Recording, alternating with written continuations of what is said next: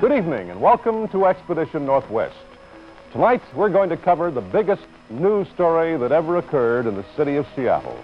It's the story of that infamous day, June 6, 1889, when our city nearly perished.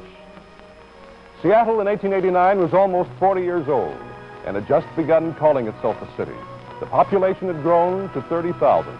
Washington was soon to become a state. Then catastrophe, the Great Seattle Fire. Now this is the Seattle Post-Intelligencer, dated Friday, June 7th, 1889, the morning after the Seattle Fire.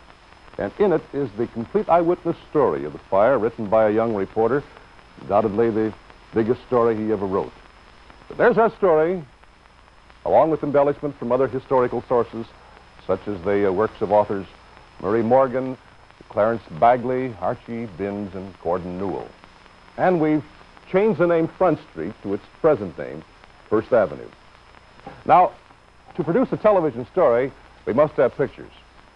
Well, naturally, there were no motion picture photographers around in 1889, but there were commercial and portrait photographers with cumbersome camera equipment and glass plates. And our story tonight is actually a tribute to the historical conscience of these early day Seattle photographers, who not only recorded the actual fire from almost its very beginning, but photographed a visual record of the aftermath of this great tragedy.